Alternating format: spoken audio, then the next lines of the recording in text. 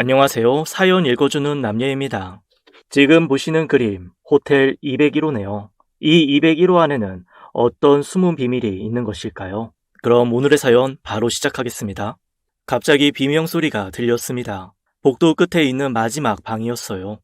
저는 급히 달려갔고 모텔 201호 문을 벌컥 열었습니다. 그리고 저는 너무 놀라 그 자리에서 움직일 수 없었어요. 그 안에는 다름 아닌 제 아내가 있었습니다. 머리는 헝클어진 채 옷 단추도 뜯어지고 겁에 질려 웅크린 모습의 아내는 절 보고 얼른 고개를 돌리더군요. 왜 아내는 이 시간에 낯선 모텔방 안에 있는 걸까요? 오늘은 바로 그 모텔 201호에 대한 기막힌 이야기를 들려드리려고 합니다. 저는 얼마 전까지 작은 출판사 편집장이었습니다. 대학 졸업하고 선배가 있던 출판사에서 일을 배우기 시작한 것이 벌써 20년 전이네요. 어릴 적부터 책을 너무 좋아해서 평생 책에 파묻혀 살고 싶다는 꿈이 있었기에 비록 대기업에 다니는 친구들이나 전문직 친구들보다는 박봉이었지만 다양한 서적을 기획하고 출판하는 작은 출판사에 입사를 했습니다. 저는 누구보다 열심히 일을 했고 운도 잘 따라줘서 출판한 책들에 대한 반응도 좋았어요. 그런 저의 일에 아내의 내조도 한몫했습니다. 출판을 하는 날이면 서점들을 돌면서 반응도 살피고 잘 보이는 곳에 책을 놓아달라고 서점 직원에게 음료수도 돌리곤 했거든요. 여보, 이번 책 반응이 너무 좋던데? 1시간쯤 있었는데 3명이나 당신 책을 찾더라고. 내 친구도 그 책 사러 갔는데 다 팔렸다고 나중에 오라고 하더래. 다행이네. 그렇지 않아도 서점에서 부스를 더 늘려서 보내달라고 오더가 더 들어와서 지금 다시 인쇄 들어갔어. 와, 이러다 베스트셀러 되는 거 아니야? 남들처럼 좋은 옷, 좋은 화장품 한번 사서 쓰지 못하는 살림이었지만 아내는 제가 하는 일을 항상 응원해 주었고 저는 그런 아내를 보며 힘을 낼 수 있었습니다. 참 착하고 고마운 사람이었지요. 그러나 시대는 바뀌어 가고 컴퓨터가 발달을 하면서 사람들이 책에서 멀어지기 시작하더군요. 어느새 출판업은 하향 산업이 되어가기 시작했고 저희 출판사도 점점 힘들어지기 시작했습니다. 최저 수량인 3,000부를 찍었는데도 팔리는 숫자는 현저히 줄어들었고 제작비와 인쇄비까지 밀리면서 여기저기서 독촉 전화가 오기 시작했고 월급도 제때 들어오기가 힘들었어요. 하지만 누구보다 사정을 잘 아는 제가 뭐라고 할 수 있는 상황은 아니라 가지고 있던 돈으로 아내에게 생활비를 먼저 주곤 했습니다. 누구보다 책에 대한 애정이 있었던 저는 조금만 버티면 독자들이 다시 돌아올 거라고 했지만 이미 다른 출판사들은 모두 모바일 전용 전자책으로 사업 방향을 돌리기 시작했던 시기였습니다. 편집장님 죄송합니다. 오랫동안 함께 해주셨는데 이렇게 나가시게 해서 너무 죄송합니다. 그렇게 해서 저는 출판사에서 권고사직을 당했습니다. 저같이 책을 들여다보던 세대보다는 트렌드를 아는 젊은 직원들이 필요한 시기였으니까요. 20년 넘게 몸바쳐 일해온 회사이지만 회사의 입장에서도 어쩔 수 없었다는 것을 너무나 잘 알아서 더는 버틸 수 없었습니다. 그럼에도 아내와 딸 생각을 하니 뭐라고 이야기해야 할지 압이 캄캄하더군요. 무엇보다 지금 우리 딸 아이가 고등학교 2학년입니다. 한참 신경 써야 할 때이고 무엇보다 여러 가지로 뒷바라지를 잘 해줘야 할 시기에 실직을 하게 되다니요. 학원비를 어떻게 감당해야 할지, 대학 학비는 또 어떻게 해야 할지, 아빠가 실직자라는 걸 알게 되면 고2인 딸이 받을 충격이 클 것 같아 걱정이 되었습니다. 게다가 아내는 어떻게 하고요. 한 푼 두 푼 아껴 3년 전에 겨우 구입한 아파트는 대출금 갚느라 힘들어하는 걸 누구보다 잘 아는 저인데 그런 아내에게 제가 회사를 그만두었다는 말을 어떻게 해야 할지 난감했습니다. 혜지 엄마한테는 말 못하겠어. 그럼 어떻게 하려고? 어차피 알게 될걸. 일단 뭐라도 다른 일을 찾아보고 그 다음에 이야기해야 할 것 같아. 어디 알아보는 곳은 있어? 다른 출판사나? 다른 곳도 다 마찬가지야. 출판사들 다들 힘들어서 사람 더 뽑는 건 상상도 못해. 게다가 나같이 나이 50 다 된 사람을 뭐하러 뽑겠어. 요즘 젊은 친구들이 전자책은 훨씬 잘하는데. 하긴 그렇겠네. 우리 애들만 해도 다들 핸드폰으로 책 보더라고. 그래서 도대체 뭘 하려고? 그냥 치킨집이나 할까 하고. 퇴직금 받은 거 가지고 따져보니 그 정도는 시작할 수 있겠더라고. 뭐? 치킨집 같은 소리 한다. 야, 너 장사가 얼마나 어려운데. 그러다 그나마 있던 퇴직금 싹 날린다고. 내가 아는 사람도 퇴직금 받은 걸로 치킨집 시작했다가 몽땅 날리고 지금 이혼한다고 난리야. 친구는 치킨집 이야기에 펄쩍 뛰었고 그 소리를 들으니 저도 겁이 났습니다. 그럼 어쩌냐? 이 나이에 남의 밑에 들어가서 일하기도 힘들 것 같고. 당연하지. 게다가 너같이 책만 들여다본 사람을 누가 쓰겠냐? 그렇겠지. 답답하다. 대출금도 그렇고 또 우리 혜지 학원비도 한 달에 얼마가 나가는데. 그래도 일단 창업은 아니야. 이 퇴직금은 건드리지 마. 친구의 말에 전 퇴직금은 은행에 정기 예금으로 묶어두기로 하고 대신 이것저것 일자리를 알아보기로 했습니다. 뉴스에서는 사람 구하기가 힘들다고들 들었지만 막상 제가 일자리를 구하려고 하니 마땅한 일 찾는 게 정말 쉽지 않더군요. 제 나이도 나이지만 중요한 건 제가 할 줄 아는 게 너무 없다는 것입니다. 조리사 자격증 있으세요? 저희는 조리하실 분이 필요하거든요. 중장비 기사 자격증 있으신 분은 찾습니다. 보아니 한 번도 막 일 안 해보신 분 같은데 괜히 이런 데서 다치기라도 하면. 그동안 저는 뭘 하고 살았던 걸까요? 자격증이나 따놓을 걸 맨날 책만 붙잡고 살아온 인생. 막상 그 길이 막히고 나니 한 번에 실패한 인생이 되더군요. 당장 월급날이 다가오는데 이제 더 이상 아내에게 생활비 줄 수 없다는 사실에 더 이상 지체할 수 없었습니다. 아무래도 아내에게 이야기해야 할 것 같았어요. 그런데 여보, 아무래도 혜지 수학과에 늘려야 할 것 같아. 또? 지금 학원 다니고 있잖아.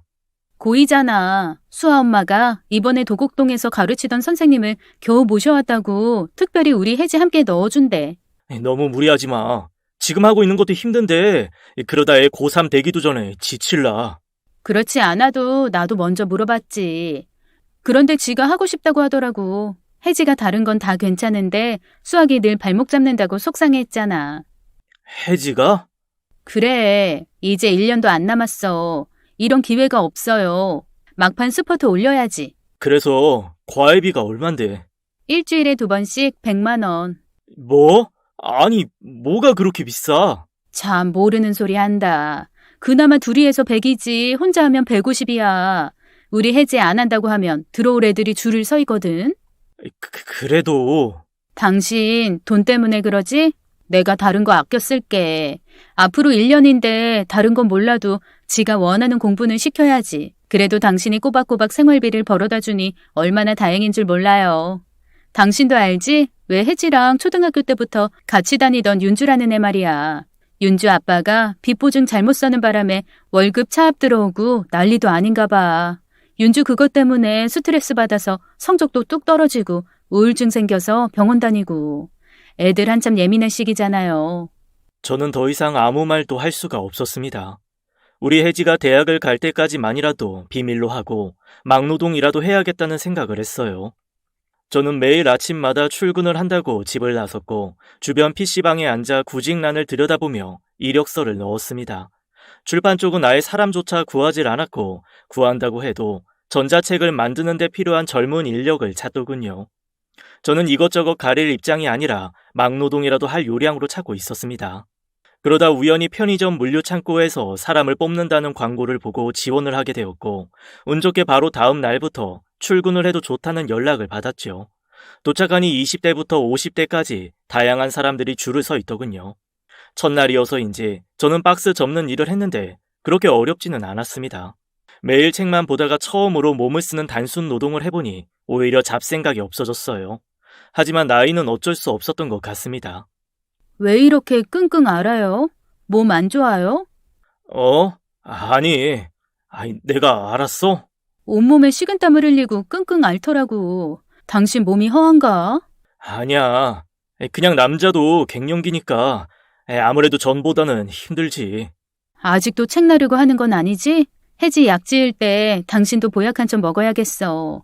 아내는 걱정스럽게 저를 바라봤고 저는 혹시라도 들킬까봐 아무렇지 않은 척을 했습니다. 그래, 난 가장이야. 이 정도는 이겨내야지. 우리 혜지 공부 하나 못 시키는 무책임한 아빠가 될 수는 없지. 어릴 적 한량같이 노는 걸 좋아하던 아버지 때문에 늘 혼자 고생하는 엄마를 보며 저는 절대 저렇게 살지 말아야겠다는 결심을 했었거든요. 다른 건 몰라도 자식 눈에 무책임한 아빠로 비춰지긴 싫었으니까요. 다양한 사람들이 모여 있었지만 다들 돈을 벌겠다는 의지만은 같았고 무엇보다 젊은 청년들이 열심히 일하는 모습에 더 열심히 하게 되었습니다. 손에 조금씩 익어가고 나름 꼼꼼하다고 칭찬을 받던 어느 날이었어요. 함께 일을 하던 청년 하나가 출근을 하지 않았고 저는 추가 수당을 받기 위해 그 청년 자리에 잔업을 신청했습니다. 그런 제 의욕이 정말 과한 것일까요? 무거운 생수 꾸러미를 들어 옮기다 그만 허리를 삐끗했고 그 자리에서 움직이질 못하겠더군요. 괜찮으세요, 아저씨? 곁에 있던 직원의 도움을 받아 휴식을 취한 뒤 일을 끝내지 못하고 병원으로 향했습니다. 뼈는 문제가 없었지만 인대가 늘어나고 디스크 증상이 있으니 당분간 무거운 짐을 드는 일은 하지 말라고 하더군요. 겨우 자리 잡았나 했는데 다시 저는 실직자가 되었습니다. 그러게 이제 나이도 있으니 책 들지 말라고 했잖아. 젊은 직원들 많은데 왜 당신이 나서길? 이 나이에 허리 다치면 평생 고생하는 거 몰라요? 진짜 속상해서. 안타까워하는 아내는 제가 출판사에서 책을 들다 허리를 다친 줄만 알았고 저는 아내의 성화에 하는 수 없이 한의원으로 갔습니다. 이왕 이렇게 온 김에 당신 보약 한 제 짓자. 됐어.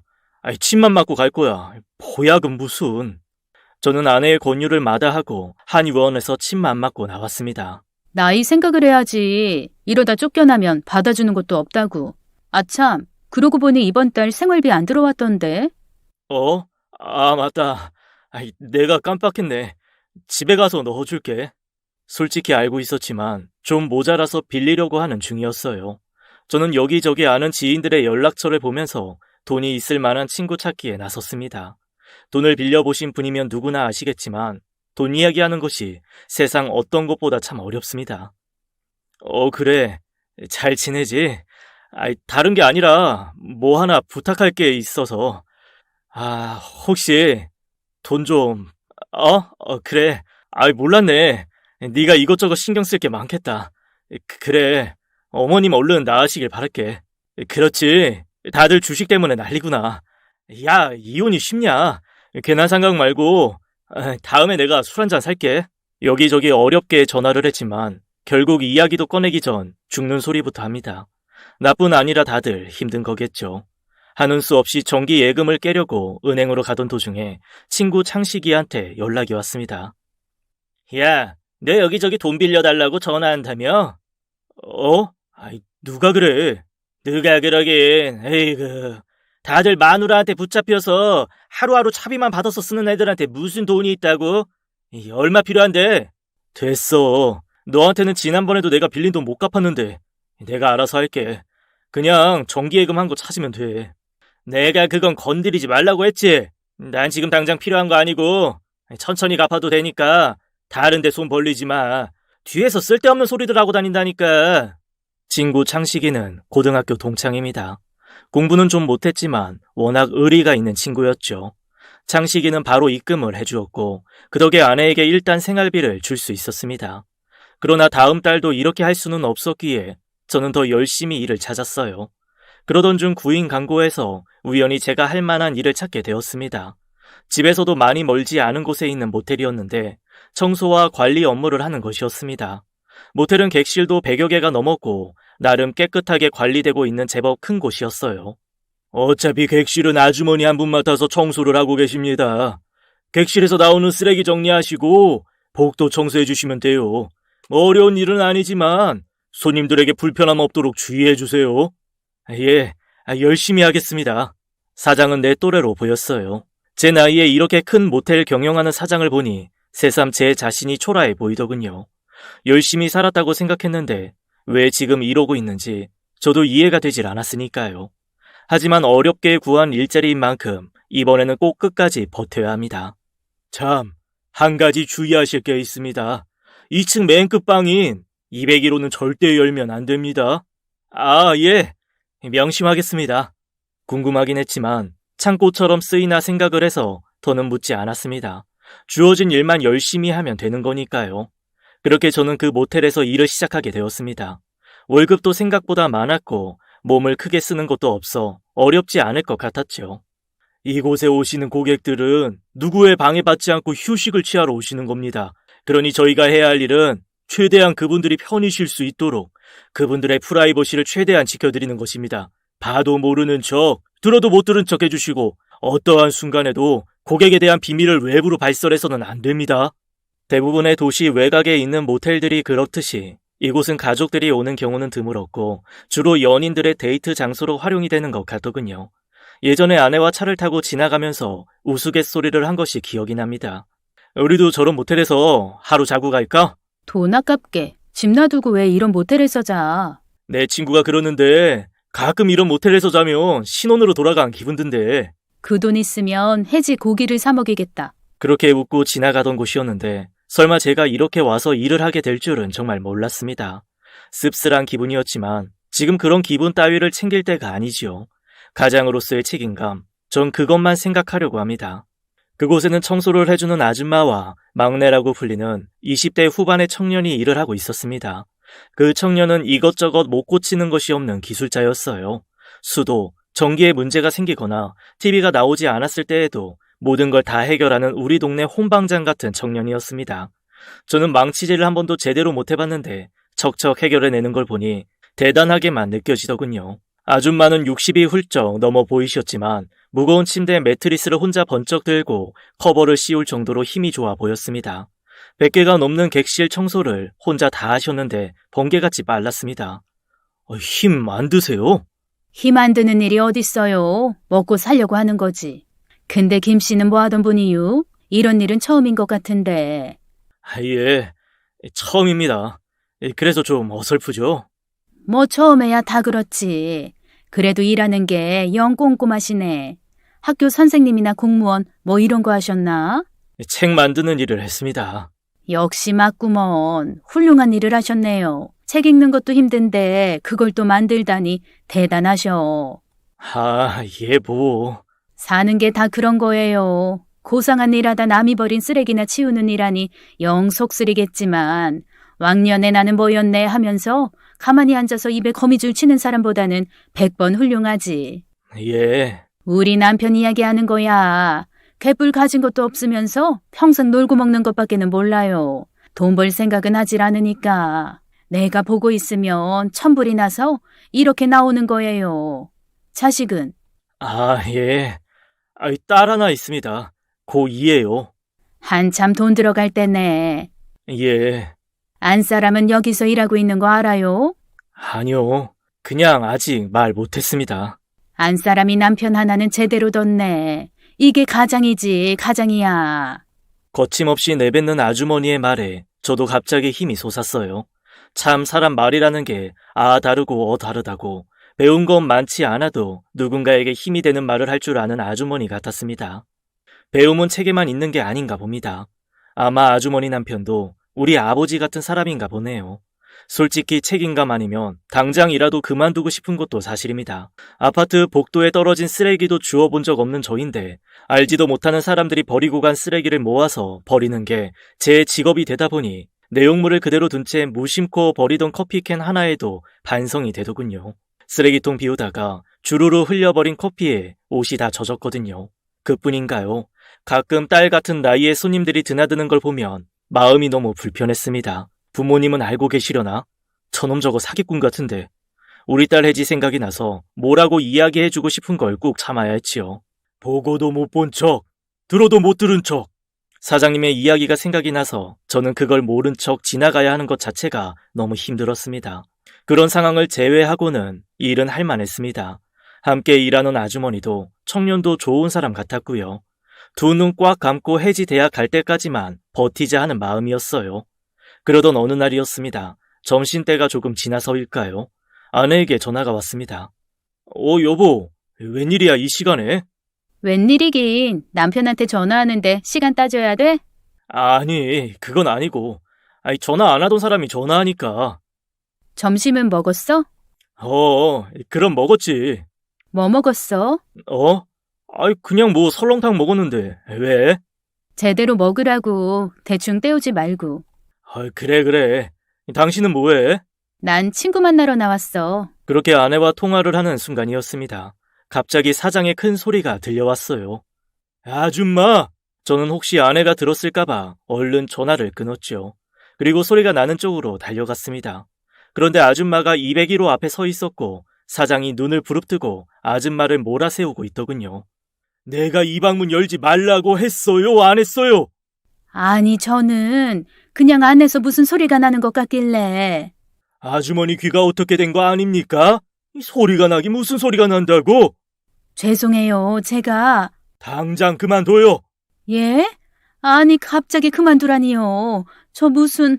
내가 처음에 들어올 때 말씀드렸죠? 절대 그 방 근처에도 가지 말라고. 지금 아주머니께서 그 약속을 위반하셨잖아요. 아니, 그럼 빈방에서 사람 소리가 나는데 가만둬요? 사람인지 귀신인지 알아야 할 것 아니에요. 내가 무슨 도적질을 한 것도 아니고 그냥 사람 소리 나길래 뭔 일이 있나 해서 가본 건데. 전 약속 안 지키는 사람 딱 질색입니다. 새 사람 구할 때까지만 계시고 나가주세요. 허이구 참, 살다가 별일이 다 있네. 코딱지만한 모텔 가지고 있다고 유세 떠는 거요 뭐요? 거기에 뭐가 있길래 이렇게 난리래요? 뭐예요? 이 아줌마가 진짜? 첩이라도 숨겨놨나? 아줌마, 당장 나가요. 그렇지 않아도 당장 나갈 생각이에요. 원 더럽고 치사해서. 그렇게 아줌마는 그날로 모텔 일을 그만두었습니다. 그리고 아줌마가 하던 청소는 급한 대로 저와 막내 직원과 함께 나누어 했습니다. 저는 괜찮은 아줌마 한 분이 그만둔 것이 내심 아쉬웠지만 다시 한번 201호에는 절대 접근조차 하지 말아야겠다는 다짐을 하게 되었어요. 그 전까지는 그 방이 창고라고 생각을 했고 그래서 접근을 못하게 한다고 생각했는데 아주머니 말대로 그 방에서 소리가 나는 것을 저도 들은 적이 있거든요. 사장님께 이야기할까 했는데 아줌마를 보니 그 말을 하지 않았던 것이 참 잘한 일이라 생각되었습니다. 여자겠지 뭐겠냐. 그 정도 돈 있고 모텔 가진 사장인데 여자 없겠어? 결혼했다는데. 아이고, 이래서 문제야. 책만 본 놈들은. 당연히 했겠지. 했으니까 숨겨놓겠지.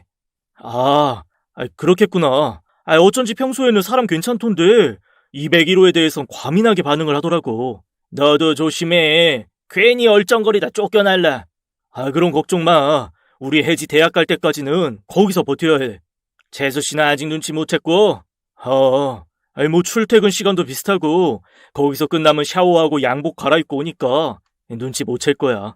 그래도 조심해라. 여자들 촉은 진짜 무서워. 그래야지. 장식이 말대로 저는 예전 출근 시간에 맞춰서 나갔고 퇴근 시간에 맞춰 들어왔죠. 출판사에 비해 오히려 야근은 없었습니다. 요즘 인쇄 감리도 밑에 사람들이 하고 나이가 있다고 대우해주는 건지 야근도 못하게 하더라고. 묻지도 않은 걸 괜히 혼자 찔려서 이런저런 변명을 하고 있는 제가 참 우스웠습니다. 다행히 아내는 거기에 대해 별 이야기가 없었어요. 아침부터 웬 갈비탕이야? 전복도 들었네? 응, 전복이 보양식에는 최고잖아. 혜지도 그렇고 아침 잘 챙겨 먹어야지. 전에는 미숫가루 한 전 타주더니 혜지 덕에 내가 호강하네. 늙어서 내가 고생 안 하려고 그런다. 몸이라도 성해야지. 걱정 마. 내가 당신 보내놓고 갈 테니까. 웃겨 진짜. 대놓고 먼저 보낸단다. 왜? 나 보내놓고 새장가 가게? 다행히 아내는 눈치를 못 챘지만 계속 아내를 속이고 있다는 생각에 마음이 편하지는 않았습니다. 구인광고 내놨는데 아줌마가 쉽게 구해지지 않네요. 당분간 청소업체에서 와서 빨래랑 청소할 겁니다. 그래도 커버 씌우고 정리하는 일을 좀 도와주셔야 할 것 같아요. 예, 사장님. 참 그리고 이따가 마트에 가셔서 복숭아 좀 사다 주세요. 예? 복숭아요? 제가 오늘 세무서 다녀와야 하는데 늦으면 마트가 문을 닫거든요. 사장이 갑자기 복숭아를 사오라고 해서 저는 좀 당황했는데 갑자기 그때 아줌마 말이 기억이 났습니다. 갑자기 복숭아를 사오라는 거야. 복숭아 철도 아닌데. 그래서 어렵게 구해오긴 했는데 내가 얼핏 보니 201호에 가지고 들어가더라고. 보통 복숭아는 임신하면 먹는데. 그렇다면 정말 201호에 누군가 임신을 한 여자가 있다는 건지 전 마트에 복숭아를 사러 갔습니다. K모텔에서 오셨구나. 사장님이 찾으시는 거 여기 있어요. 백두.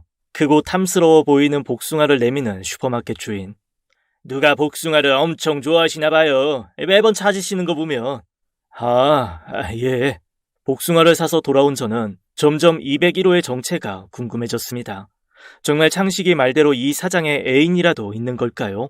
제가 퇴근하고 나면 밖으로 나오는 건지 전 본 적이 한 번도 없었는데 가끔씩 복숭아를 사가지고 사장이 들어간다는 이야기만 들었습니다. 무엇보다 저는 사장의 표정을 보면서 참 의아한 게 있었어요.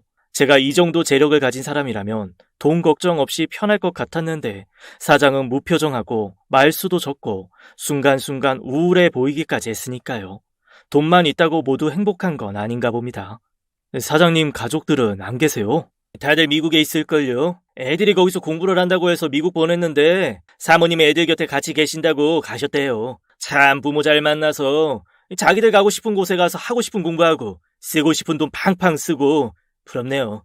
저는 대학 가려다 아버지가 다니던 회사가 부도가 나는 바람에 대학 포기했는데 말이에요. 이래서 다 금수저니 흙수저니 하나 봐요. 갑자기 막내 직원의 말에 아찔하더군요. 나중에 우리 혜지가 아빠 원망이라도 하면 어쩌나고요. 아버지 마음이 오죽하셨을까요?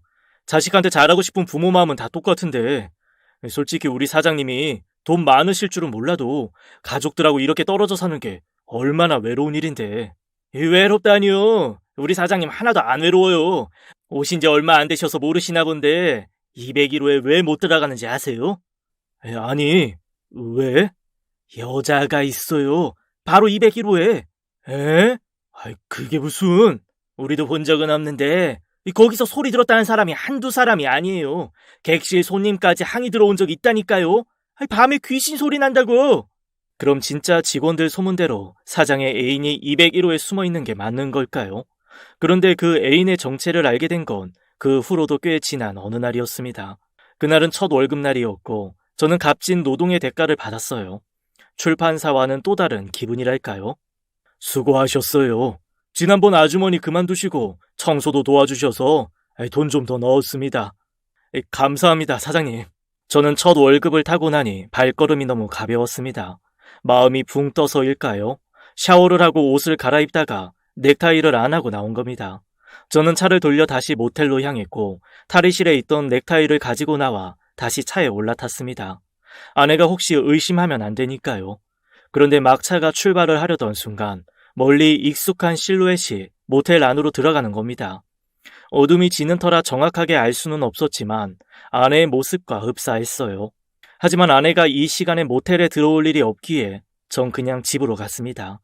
전 아내가 평소에 그토록 먹고 싶어 하던 피자 한 판을 사가지고 서프라이즈를 해주려고 미리 연락도 하지 않고 집으로 들어갔지요. 그러나 아내는 집에 없었습니다. 전화를 했지만 받지를 않았고 갑자기 아까 모텔에서 본 그 실루엣이 생각이 났습니다. 30분쯤 지났을까요? 전화가 오더군요. 어디야? 친구 잠시 만나고 있었는데 이야기 듣느라고 핸드폰 온 줄도 몰랐네. 근데 친구 누구? 정미 있잖아. 중학교 동창. 시어머니랑 힘들다고 울고불고 걔 달래느라고. 그랬구나. 나 오늘 월급날이잖아. 당신 좋아하는 피자 사왔어. 혜지는? 혜지는 학원에서 늦을걸. 나 곧 들어갈게. 조금만 기다려요. 조심해서 와. 아내는 누구라도 힘들면 당장 달려가서 도와주는 사람입니다. 어느 때는 오지랖이 넓어 주변 사람들에게 오지라퍼라는 소리를 듣기도 하지요. 아마도 가정사가 있는 친구가 또 하소연을 하고 있나 봅니다. 잠시였지만 혹시나 하는 마음에 아내를 의심했던 제 찌질함이 얼마나 싫던지요. 1시간쯤 지나자 아내가 집으로 왔습니다. 와, 맛있다. 너무 식었지? 아니, 더 맛있는데? 더 먹지 왜? 난 배불러. 이따 혜지 오면 주려고. 또 사주면 되지. 오늘은 당신 먹으라고 사온 거야. 겨우 피자 2쪽 먹고 덮는 아내를 보면서 짠했습니다. 이깟 피자도 실컷 못 먹는 아내, 미안했어요. 그렇게 그날은 아내에게 미안한 마음만 가득한 채 지나갔습니다. 그런데 오해라고 생각하고 잊었던 저에게 말도 안 되는 일이 벌어졌습니다. 나 지금 가는 중이야. 뭐 필요한 거 없어? 맞다. 당신 저기 마트 가면 복숭아 나와 있을 거야. 복숭아? 제일 비싸고 좋은 걸로 한 5개만 사다 줘. 평소 거들떠 보지도 않던 복숭아를 갑자기 찾는 아내가 이상했지만 별 생각 없이 저는 마트에서 복숭아를 사가지고 갔죠. 당신 복숭아 잘 안 먹잖아. 예전에 복숭아 벌레 보고 기겁했어. 내가 먹을 거 아니고. 그럼 나? 난 알러지 있는데. 아니, 내가 아는 분이 복숭아를 무지 좋아하는데 병에다 손질해서 재워두면 드시기 편할 것 같아서. 누구? 요양병원에 계신 분. 당신 아직도 요양병원 봉사 나가? 아니, 오늘만. 아는 보호사 언니가 부탁을 해서. 아내는 치매 시아버지를 위해 요양보호사 자격증까지 딴 열혈 며느리입니다. 아버지가 돌아가시기 전까지 아버지 곁에서 열심히 간호를 했던 참 고마운 사람이죠.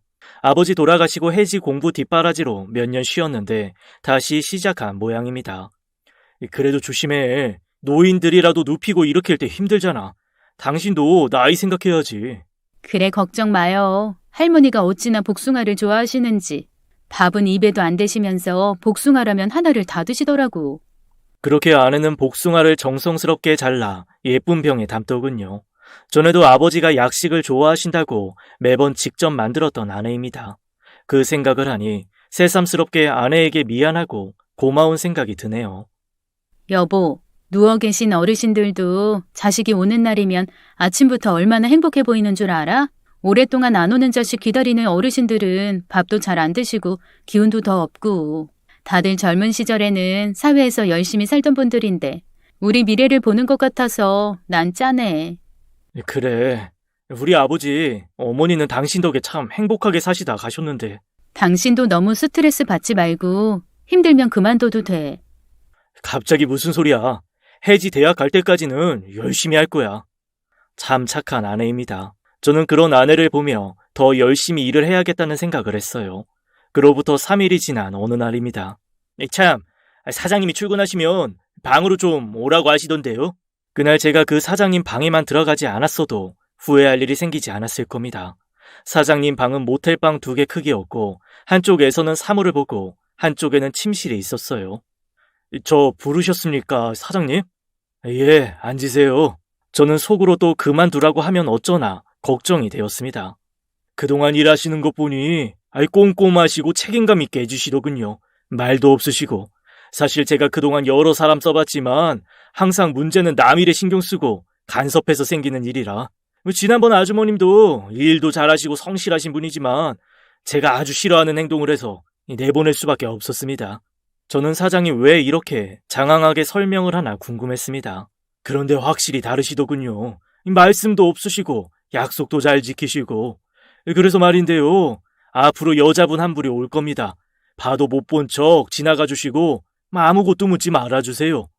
예, 어떤 룸을 열어놓을까요? 신경 안 쓰셔도 됩니다. 201호로 방문할 겁니다. 예? 201호라고 말씀하셨나요? 예, 맞습니다. 약속 지켜주실 거라 믿습니다. 예, 사장님. 인사를 하고 사장님 방에 밖으로 나오려는 그 순간 제 눈에 들어온 무언가가 있었어요. 그리고 저는 잠시 제 눈을 의심했습니다. 그건 며칠 전 아내가 복숭아를 설탕에 절여 놓았던 바로 그 유리병이었으니까요. 그게 왜 여기에 있는 건지 전 알 수가 없었지만 분명 아내가 묶어놓은 핑크 리본까지 같은 것이었습니다. 그 순간 저는 머릿속이 하얘졌습니다. 그때 잠시 보았던 실루엣이 정말 아내였던 것일까요? 방을 나와서 전 혼란스러움에 일에 손이 잡히지 않았어요. 뭐래요, 사장님이? 저는 막내 청년이 이야기하는 것도 듣지 못했습니다. 아저씨, 왜요? 혹시 그만두래요? 아니, 그게 아니라 어떤 분이 오신다고 201호에. 그럼 그 여잔가? 어제 왔던? 어제 누가 왔었어? 예, 어제 아저씨 퇴근하고 제가 핸드폰을 두고 가는 바람에 다시 들어갔는데 어떤 여자가 사장실로 들어가더라고요. 그래? 저하고 눈이 마주치자 그 여자 얼마나 놀라던지. 그 사장 좋아하는 복숭아까지 가지고. 나이도 꽤 있어 보이던데 참 한심해요. 복숭아? 예, 그래서 월요일이면 시키는 복숭아 배달을 안 시켰나 봐요. 그 여자분 얼굴 봤어요? 자세히는 못 봤지만 마흔은 넘어 보이던데. 전 손이 부들부들 떨렸습니다. 복숭아를 들고 온 아내의 모습이 상상이 되었고 저에게 분명 요양병원 노인을 위한 것이라고 거짓말까지 한 아내에게 배신감이 차올랐습니다. 그러고 보니 어제도 봉사 간다고 했었던 것 같았는데 확실치 않은 제 예상은 집에 와서 확실해졌습니다. 여보, 나 다시 봉사 다니기로 했어. 봉사? 어디로? 응, 서울 외곽에 있는 요양병원인데 지난번 요양병원 원장님 소개로. 몸도 힘들고 혜지도 돌봐야 하는데 뭐하러 다시 시작을 해? 아니야, 오히려 혜지가 학원서 공부하니까 시간도 많고 저녁 전에는 오니까 혜지에게 지장도 없어. 설마 했는데 정말 아내가 맞는 걸까요? 제가 그동안 아내를 너무 몰랐던 걸까요? 심장이 두근거리고 이 상황을 어떻게 넘어가야 할지 모르겠습니다. 아내는 누가 봐도 현모양처입니다. 부잣집에서 자랐지만 그런 티를 내지 않았고 결혼해서는 누구보다 알뜰하고 야무진 여자였어요. 오랫동안 시어머님 병수발을 했고 시어머님 보낼 때도 가장 많이 운 사람이 제가 아닌 아내였으니까요. 아이에게도 큰 소리 한 번 낸 적 없이 온화하고 지혜로웠으며 저의 아침을 한 번도 놓친 적 없이 챙겨주던 여자입니다. 그렇게 완벽한 아내이기에 저는 항상 아내에게 고마웠고 힘든 결혼 생활을 한 아내에게 미안했습니다. 그런데 아내가 다른 남자와 만나고 있다니요. 게다가 저랑은 비교도 안 되고 돈 많고 능력 있는 사장과 너무 머리가 혼란스러웠습니다. 그러고 보니 가끔씩 큰 돈이 생겼다면서 돈을 내놓던 아내가 생각납니다. 주식 팔았어. 상한가 치길래. 종목이 무엇인지 알려주지도 않은 채 아내는 목돈을 벌었다면서 혜지에게 돈을 보내더군요. 저만 가만히 있으면 혜지도 걱정하지 않고 유학 생활을 할 수 있는 걸까요? 아내도 더 이상 돈 때문에 힘들어하지 않고 결혼 전 친했던 부잣집 친구들도 만날 수 있는 걸까요? 말도 안 되는 상상을 하면서 저 혼자 괴로워하고 있었지만 아내가 저에게 하는 태도는 하나도 변한 게 없었습니다. 힘들지 여보? 내가 목욕물 받아놓을게. 당신 봉사 계속하고 있는 거지? 응, 왜? 아니, 어떤 사람이 당신을 봤다고 해서. 날 봤대? 어디서? 그게 뭐 어디라더라? 양평? 아내의 눈빛이 잠시 흔들리는 걸 보았습니다. 혹시 양평에 간 적 있어? 아니, 양평은 갑자기 무슨, 누가 그래? 진짜 안 갔어? 그때 봉사 간다고 하던 그날. 갑자기 아내는 정색을 했습니다. 안 갔다니까. 아내가 갑자기 버럭 화를 내더군요. 그래서 당신 그렇게 뻣뻣하게 군 거야? 내가 뭘? 참 다른 나라고 다르다 생각했지. 내가 봉사 안 가고 양평 가서 딴짓이라도 했다고 생각한 거냐고. 아니, 그리고 복숭아. 그때 갑자기 아내는 어딘가 전화를 하더군요. 그러더니 스피커폰으로 전환을 시키고는 언니, 누가 우리 봉사하는 날 나를 양평에서 봤다고 했대. 뭐? 누가? 나랑 봉사했는데 누가 널 봐? 이 사람이 나를 의심하는데 남의 말만 듣고.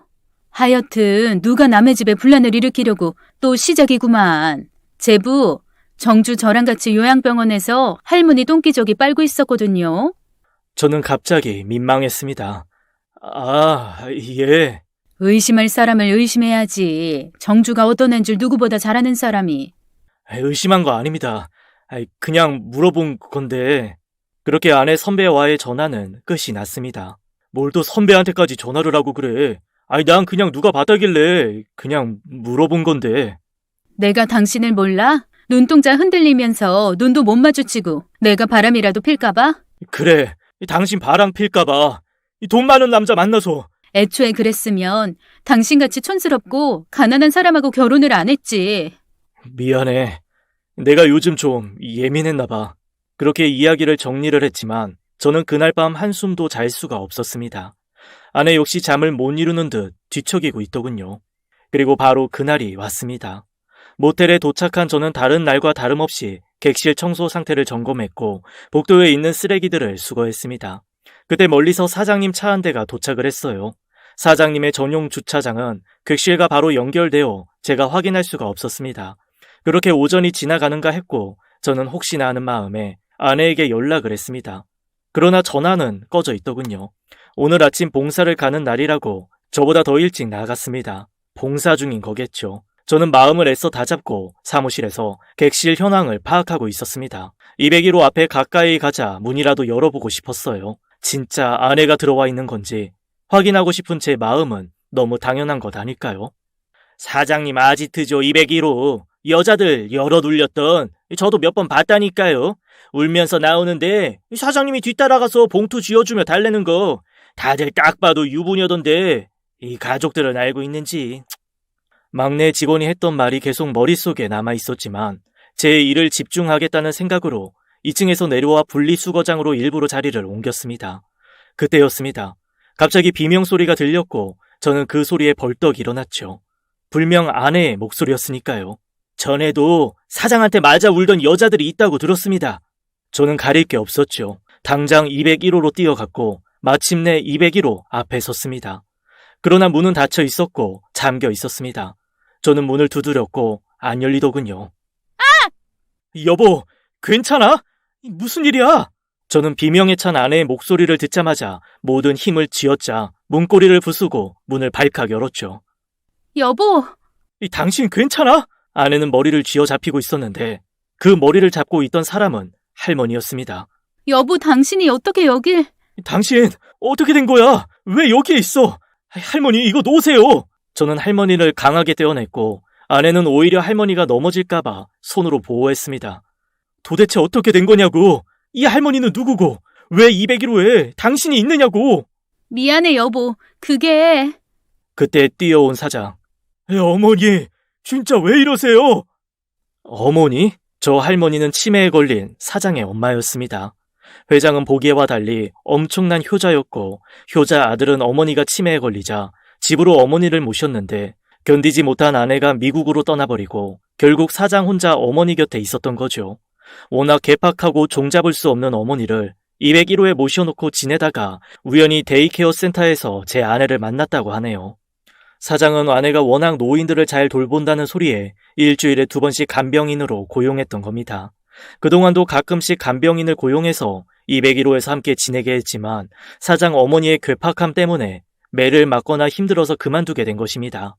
막내 직원이 보았던 것도 어머니의 행패에 눈물을 보이고 그만둔 간병인이었던 것입니다. 아내는 사실 제가 회사에서 실직 상태인 것을 알고 있었다고 합니다. 당신 회사 근처에 갔다가 당신하고 점심을 먹으려고 연락을 했는데 연락이 안 되더라고. 그냥 돌아오려 했는데 그때 함께 일했던 직원을 만난 거예요. 사모님, 오랜만에 뵈어요. 편집장님 잘 지내시죠?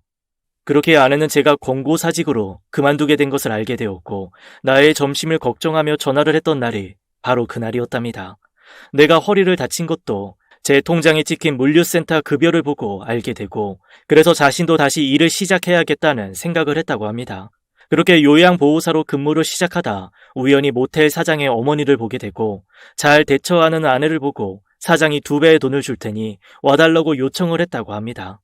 죄송합니다. 두 분이 부부인 줄은 몰랐어요. 어머니가 여기 계신다는 것을 알면 모텔 영업에 지장을 줄까봐 쉬쉬한 것인데 이렇게 2분을 곤란하게 만들었네요. 정말 죄송합니다. 저는 아내를 보고 너무 부끄러웠습니다. 지난주에 처음으로 일을 하러 왔다가 창밖에서 쓰레기 수거하는 당신을 보고 내가 얼마나 놀랐는지 알아? 하필 왜 여기로 온 건지. 당신이 날 보면 또 얼마나 당황할까 하는 마음에 말하지 못했던 거야. 미안해, 여보. 당신이 미안할 게 뭐가 있어. 나야말로 진작에 당신에게 말도 못하고 괜히 오해나 하고 정말 찌질하다 내가. 제가 부탁을 좀 드려도 될까요? 저희 어머님 계속 모셔주실 수 있는지요? 남편과 상의해볼게요. 아내는 정중하게 이야기를 하고 그날 저와 함께 집으로 돌아왔습니다. 당신 잘하는 거 해보자. 내가 도와줄게. 작으면 어때? 난 당신이 책 만들고 사람들이 그 책을 구입하는 걸 볼 때마다 얼마나 자랑스러운 줄 알아? 내가 그동안 이럴 때를 대비해서 적금을 조금씩 부어둔 게 있어. 당신 받은 퇴직금하고 합하면 작은 출판사 하나는 만들 수 있을 거야. 아내는 제법 많은 돈을 모아두었더군요. 그 통장을 저에게 내놓았습니다. 여기서 혜지 대학 등록금 제하고 나머지는 출판사 차리는 데 쓰면 돼요. 남들은 새로운 사업을 한다고 하면 전부 말릴 텐데 아내는 달랐습니다. 저에게 희망을 주었고 잘할 거라고 응원을 아끼지 않았어요.